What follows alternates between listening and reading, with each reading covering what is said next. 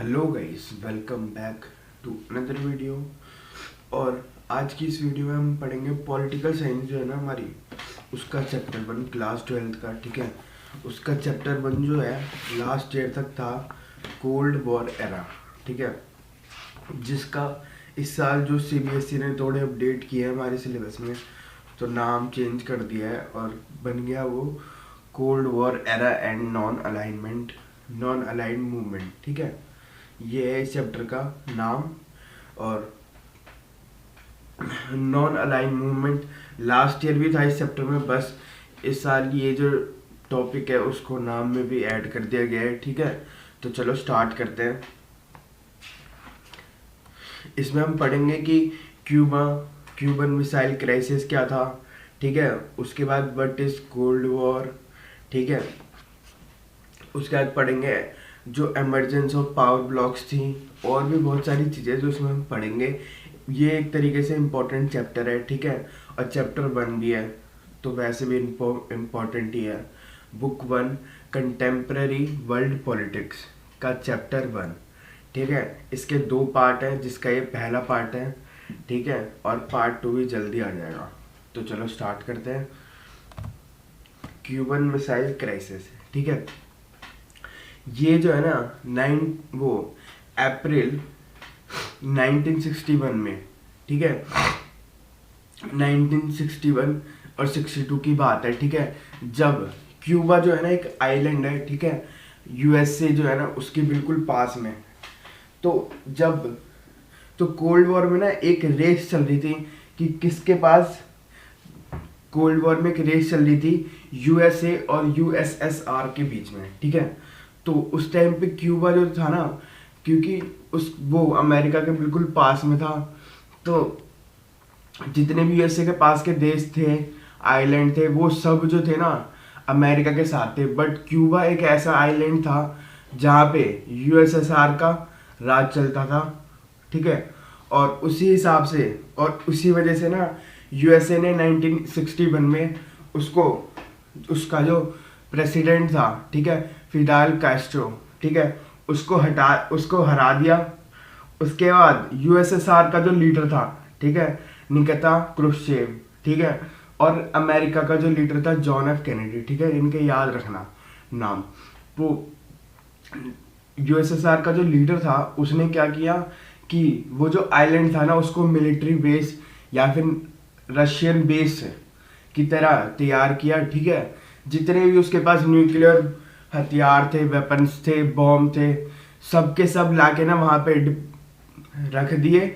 और अमेरिका के बिल्कुल पास में वो आइलैंड था, तो अमेरिका डर गया। ठीक है, उसके बाद जब अमेरिका को पता चला तो फिर अमेरिका भी लड़ने के लिए तैयार हो गया। ठीक है, लेकिन लड़ाई नहीं हुई। उसके बाद बातों में वापस यूएसएसआर ने ना अपने सारे के सारे हथियार नीचे कर दिए।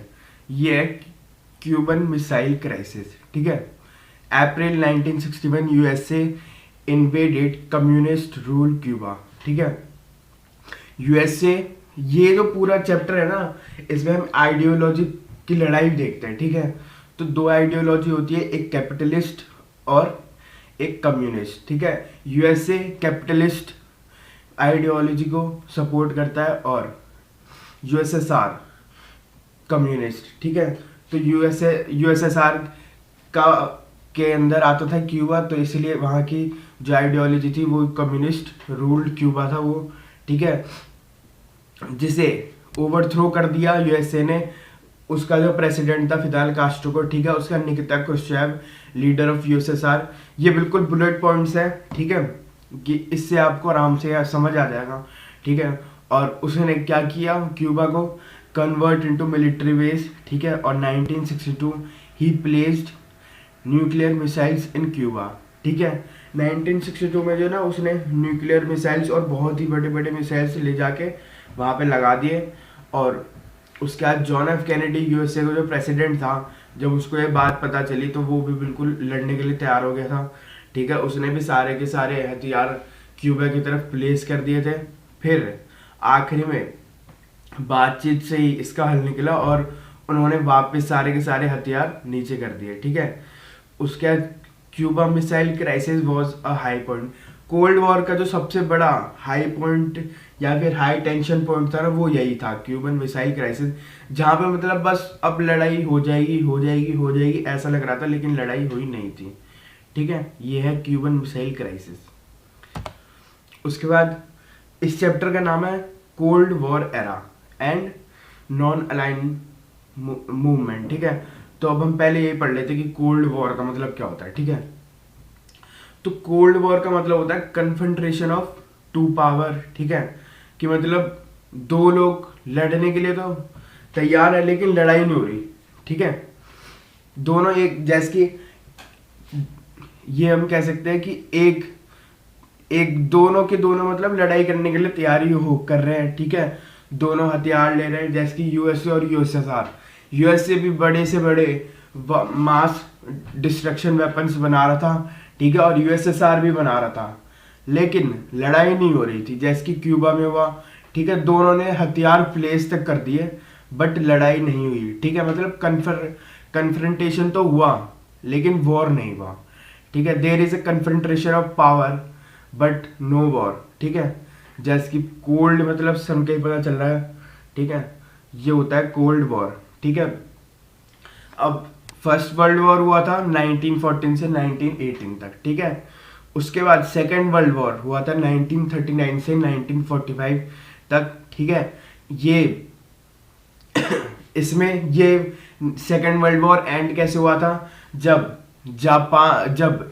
वो यूएसए ने, ठीक है, जापान के दो जापानीज सिटीज नागासाकी और हिरोशिमा, इन दोनों पर न्यूक्लियर हमला किया था। ठीक है, 6 अगस्त और 9 अगस्त।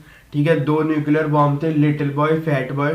ठीक है, ये उनका कोड नेम था, और अगस्त में 6 अगस्त और 9 अगस्त को उन पर हमला किया गया, और इसके साथ ही सेकेंड वर्ल्ड वॉर खत्म हो गया। ठीक है, कुछ लोगों का मानना ये भी है कि मतलब जस्ट वहां पे जापान जो है ना सरेंडर करने ही वाला था, लेकिन क्योंकि अमेरिका को अपना डोमिनेशन दिखाना था पूरे वर्ल्ड में, इसलिए उसने जानबूझकर हमला किया, और आज भी नागासाकी और हिरोशिमा के लोग परेशान हैं इस वजह से। ठीक है, उसके बाद को सेकेंड वर्ल्ड वॉर भी खत्म हो गया। उसके बाद जो है ना सेकेंड वर्ल्ड वॉर खत्म होने के जस्ट बाद 1947 में कोल्ड वॉर चालू हो गया। ठीक है, कोल्ड वॉर में क्या हुआ कि दो आइडियोलॉजी के पीछे लोग लड़ रहे थे। ठीक है, एक आइडियोलॉजी थी हमारी कैपिटलिस्ट और दूसरी थी कम्युनिज्म। ठीक है, जस्ट कोल्ड वॉर के बाद क्या हुआ, एमरजेंस ऑफ 2 पावर ब्लॉक। ठीक है, एक पावर ब्लॉक था हमारी यूएसए वेस्टर्न अलायंस। ठीक है, यूनाइटेड स्टेट्स ऑफ अमेरिका। दूसरा जो पावर अलायंस था वो था ईस्टर्न वाला। ठीक है, यूएसएसआर। ठीक है, United states of Soviet Republic. ठीक है, ये हो गया।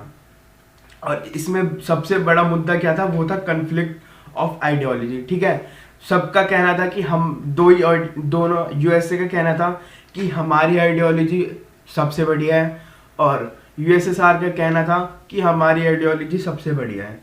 ठीक है, यहाँ पे किसी और चीज़ की लड़ाई नहीं थी, यहाँ पे जो मेन लड़ाई थी ना वो आइडियोलॉजी की थी। ठीक है, उसके बाद यूएसए का जो गुट था, ठीक है, मतलब यूएसए का जो ग्रुप था वो कैपिटलिज्म को सपोर्ट करता था। ठीक है, लिबरलिज्म, कैपिटलिज्म, और ये वेस्टर्न अलायंस था। ठीक है, और यूएसएसआर की बात करें तो कम्युनिज्म, ये है ईस्टर्न अलायंस हमारा। ठीक है, उसके बाद जो है ना ये तो अलायंस हुए। ठीक है, अब इनके जो है ना आर्मी के वो भी बने। ठीक है, आर्मी भी बनी इनकी। ठीक है, तो वो आर्मी कौन सी बनी ये एक बार देख लेते हैं। ठीक है, पहला था हमारा नाटो।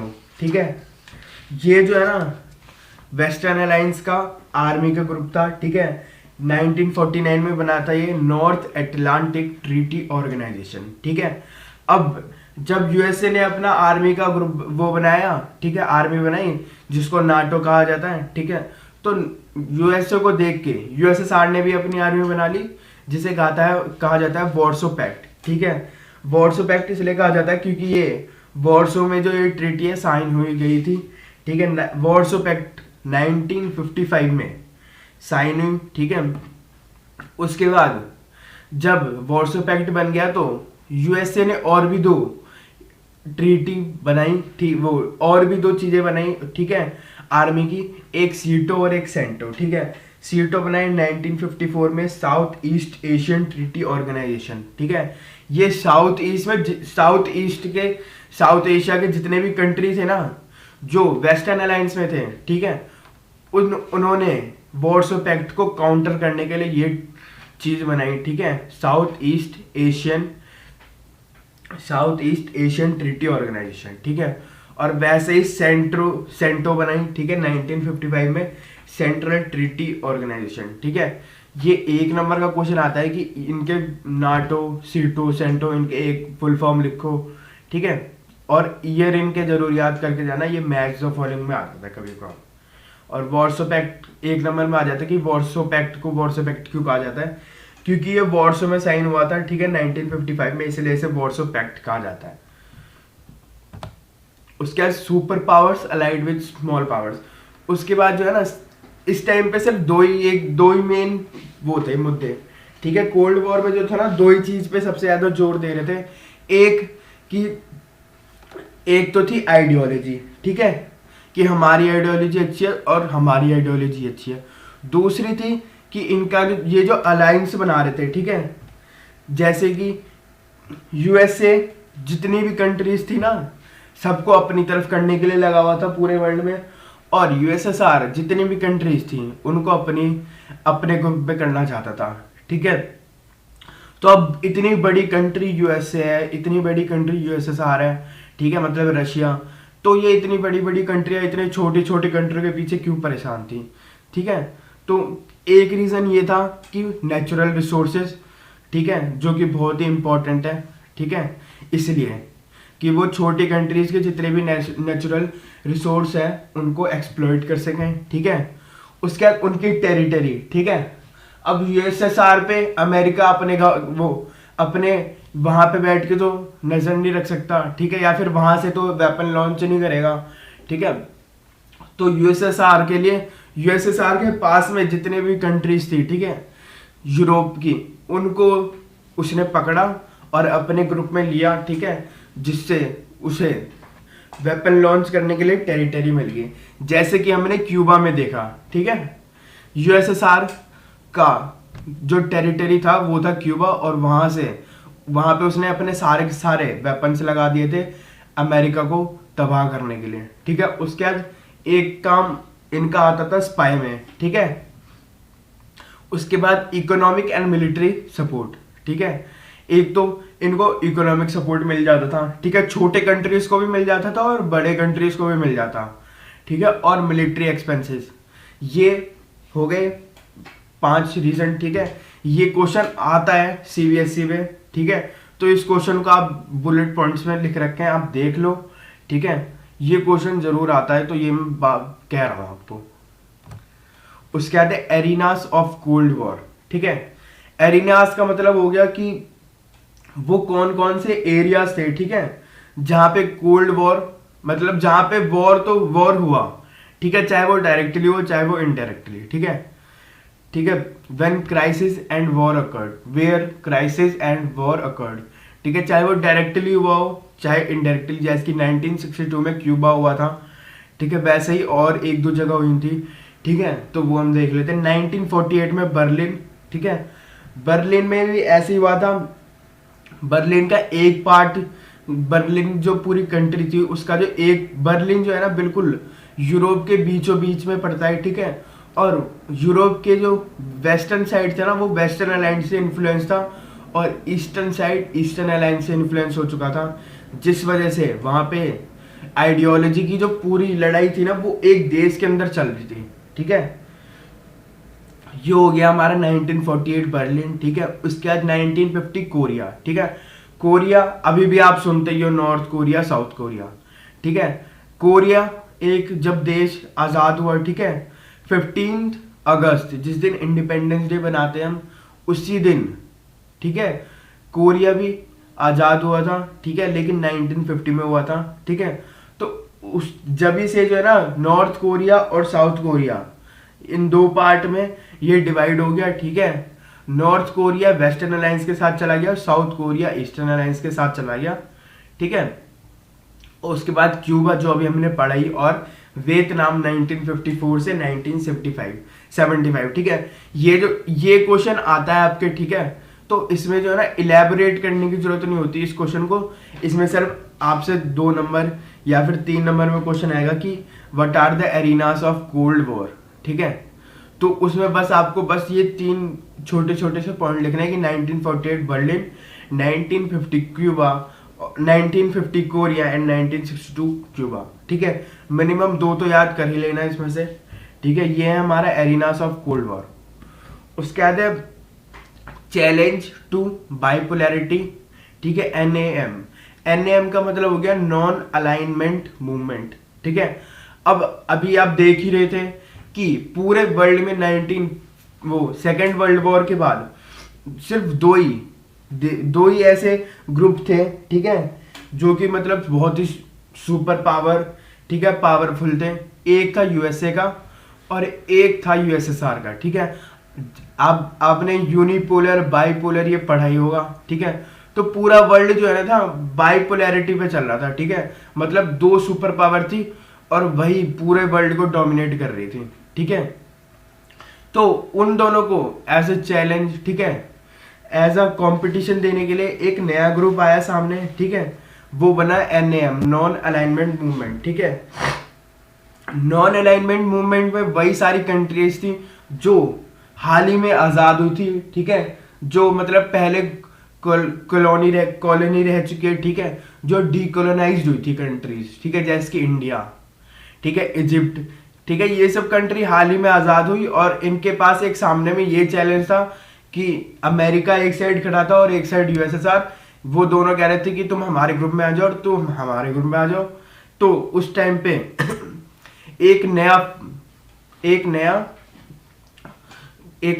वो बना, ठीक है, संगठन, जिसे कहते हैं NAM, नॉन अलाइनमेंट मूवमेंट, ठीक है। इसके जो फाउंडर्स थे ना वो 5 थे, ठीक है। यूगोस्लाविया के जोसेफ ब्रूस टीटो, ठीक है, इंडिया के जवाहरलाल नेहरू, इजिप्ट के गमेल अब्देल नसीर, ठीक है, इंडोनेशिया के सुकर्नो और घना के क्वामे निक्रुमा, ठीक है। ये 1 नंबर या 2 नंबर में क्वेश्चन आ जाता है, ठीक है। और 6 नंबर में भी इसका क्वेश्चन आ जाता है, ठीक है। 2 क्वेश्चन जुड़ के कि फाउंडर्स बताओ NAM के, और NAM की NAM कितना रेलिवेंट हुआ है, ठीक है, ये बताओ। तो ये जरूर आप देख लेना, 1 नंबर में एक क्वेश्चन आ ही जाता है, ठीक है। इनमें मैच करो कि कौन से लीडर कौन से कंट्री के थे, ठीक है। तो इनको जरूर देख के जाना, ठीक है। उसके बाद फर्स्ट नॉन अलाइनमेंट मूवमेंट का जो सबमिट हुआ था ना वो था 1961 बेलग्रेड में, ठीक है, जिसमें सिर्फ 16 कंट्रीज आए थे, ठीक है।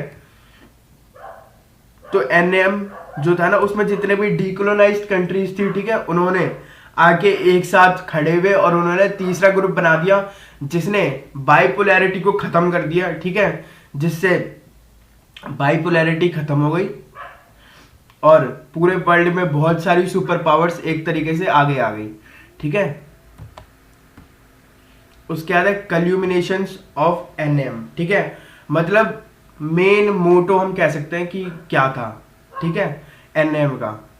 पहला तो ये था कि कोऑपरेशन, ठीक है, कि अगर ये उन सबके साथ चले जाते तो इनको फिर से किसी के नीचे रहना पड़ता, ठीक है। जैसे कि इंडिया को इतने सालों के बाद आज़ादी मिली, पहले मुगलों ने राज किया, फिर अंग्रेजों ने राज किया, और फिर क्या होता, वो चले जाते अमेरिका के साथ या फिर USSR के साथ, तो फिर उन्हें किसी के नीचे काम करना पड़ता, ठीक है। उन्हें बिल्कुल एक लेवल नहीं मिलता, ठीक है, उन्हें मेन स्ट्रीम में आने का मौका ही नहीं मिलता।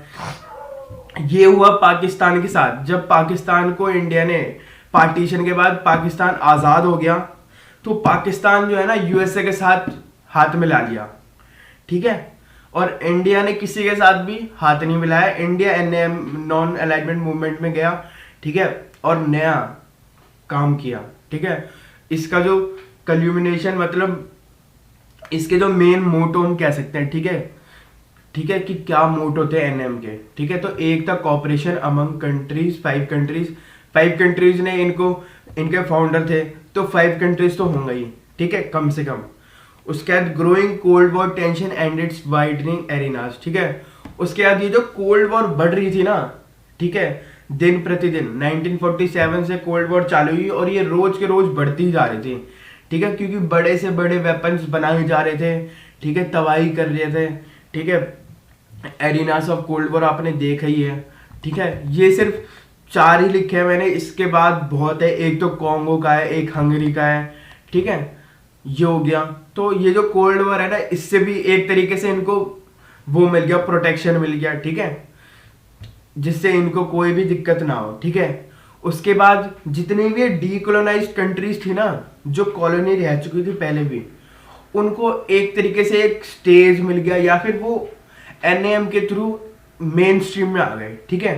अफ्रीका की जितनी भी कॉलोनाइज्ड कंट्रीज थी, ठीक है, जो नई आज़ाद हुए थे, ठीक है, और इस वजह से सिर्फ कुछ ही सालों के अंदर यूएन में 16 नए मेंबर जुड़े, ठीक है। अगर ये उन्हीं के साथ चले जाते, यूएसएसआर और यूएसए के साथ, तो ऐसा नहीं होता, लेकिन क्योंकि इन्होंने इंडिपेंडेंट खड़े हुए, इसलिए कुछ ही सालों के अंदर यूएन के अंदर 16 नए मेंबर बने, ठीक है, यूनाइटेड नेशन के अंदर, ठीक है। उसके बाद फर्स्ट समिट जो हुआ था ना, उसमें थे 25 कंट्रीज, जो 1961 बेलग्रेड में हुआ था, ठीक है। ये पूछ लेते हैं कि पहला समिट कब और कहाँ हुआ था, तो 1961 बेलग्रेड, ये याद रखना, ठीक है। 25 कंट्रीज, ठीक है। उसके बाद ये पूछ लेंगे कि क्या था उसका वो रिजल्ट, क्या था, मतलब मोटो क्या था एनएम का, ठीक है। तो उसमें हम ये लिख सकते हैं कॉपरेशन, ठीक है, कोल्ड वॉर से एक तरीके से प्रोटेक्शन लेना, ठीक है। उसके बाद उनको एक तरीके से मेन स्ट्रीम में लाना, ठीक है, जो हो गया। और उसका रिजल्ट क्या हुआ, या फिर कॉन्सिक्वेंस, कि कुछ ही 1 से 1.5 साल के अंदर 16 नए मेंबर बन गए यूएन के, ठीक है। एक इसका मतलब है कि 16 नई कंट्रीज आई मेन स्ट्रीम में, ठीक है, यूएन के सामने। उसके बाद जो है, उसके बाद ये हमारा लास्ट टॉपिक है, न्यू इंटरनेशनल इकोनॉमिक ऑर्डर, ठीक है, ये हमारा लास्ट टॉपिक है। उसके बाद 1-2 टॉपिक हमारे रह रहे हैं, ठीक है। एक India and the cold war, इसमें लिख रखा नैम, ठीक है, एनएम इज नॉट आइसोलेशनिज्म, ठीक है, isolationism, and NAM is not neutrality, ठीक है। एनएम बनने के वजह से ये जो है ना, ये टॉपिक मैं आपको नेक्स्ट उसमें जो है ना पढ़ा दूंगा, ठीक है। नेक्स्ट वीडियो पार्ट 2 आएगी बहुत ही जल्द, उसमें आप पढ़ लेना। उसके बाद न्यू इंटरनेशनल इकोनॉमिक ऑर्डर, ठीक है, ये टॉपिक बहुत इंपॉर्टेंट है, ठीक है। अब क्या हुआ, क्योंकि तो अब इस बार क्या हुआ कि 1972 में एक the United nation conference on trade and development, ठीक है, इन्होंने एक रिपोर्ट पब्लिश करी, ठीक है, जिस रिपोर्ट का नाम था towards a new trade policy for development, ठीक है। इसमें क्या बोले कि ना, जितने भी वेस्टर्न कंट्रीज थी, ठीक है, या फिर डेवलप्ड कंट्रीज थी, ठीक है, उन्होंने सारे के सारे छोटे कंट्रीज या फिर डेवलपिंग कंट्रीज को एक्सप्लॉइट कर लिया था, अपनी कॉलोनी बना के, ठीक है, उन पे राज किया, ठीक है, चाहे वो ब्रिटेन हो, चाहे वो कोई भी हो, ठीक है। तो जितनी भी डेवलपिंग कंट्रीज थी ना, उनको जो है ना एलडीसी कहा जाता था, ठीक है, मतलब लीस्ट डेवलप्ड नेशन, ठीक है। उनको एलडीसी के उसमें डाला, ठीक है, और उसके बाद उनके लिए कुछ रिफॉर्म्स बोले करने के लिए, ठीक है, जिससे वो कंट्रीज को एक तो इकोनॉमिक हेल्प मिलती और वो भी मेन स्ट्रीम में, ठीक है, और डेवलपमेंट जल्दी से जल्दी वो भी अपना कर पाते, ठीक है। पहला था रिफॉर्म की एलडीसी को जो है ना कंट्रोल दिया जाए, एक तो अपने रिसोर्सेज पे, और साथ ही साथ जितने भी डेवलप्ड नेशन है उनके रिसोर्सेज पे भी उनको पूरा कंट्रोल दिया जाए, ठीक है। उनके रिसोर्सेज भी एलडीसी जो थी कंट्रीज वो यूज कर सके, ठीक है, क्योंकि जितने भी वो डेवलप्ड कंट्रीज थे सारा तो उन्होंने ही यूज किया था, इसलिए give the LDCs control over their natural resources, ठीक है। Give access to western market, ठीक है, क्योंकि अब कोई भी प्रोडक्ट बना लेना तो आसान है, लेकिन उसकी मार्केटिंग बहुत मुश्किल होती है, ठीक है, ये आपको पता ही है। तो उस अब जितने भी डेवलपिंग कंट्रीज है वो प्रोडक्ट तो बना लेंगी, लेकिन बेचेंगे कहाँ? तो इसलिए उन्होंने वेस्टर्न मार्केट में जो है ना उनको एसेस दिया, ठीक है। उसके बाद सारी टेक्नोलॉजी जितनी भी थी ना वो उसका कॉस्ट कम किया और आसान से आसान रेट पर उनको वो दिए गए, ठीक है। ये है हमारा न्यू इंटरनेशनल इकोनॉमिक ऑर्डर, ठीक है, ये 1972 में चालू हुआ था, ठीक है। अब इसका part 2 India and the cold War, ठीक है, उसके बाद आर्म्स कंट्रोल ट्रीटीज, ठीक है। ये 2 टॉपिक रह रहे हैं, ठीक है, इस पे जल्दी वीडियो आएगी। तो यहीं पे ये वीडियो एंड करते हैं। Thank you guys for watching the video, please don't forget to like, share and subscribe. Thank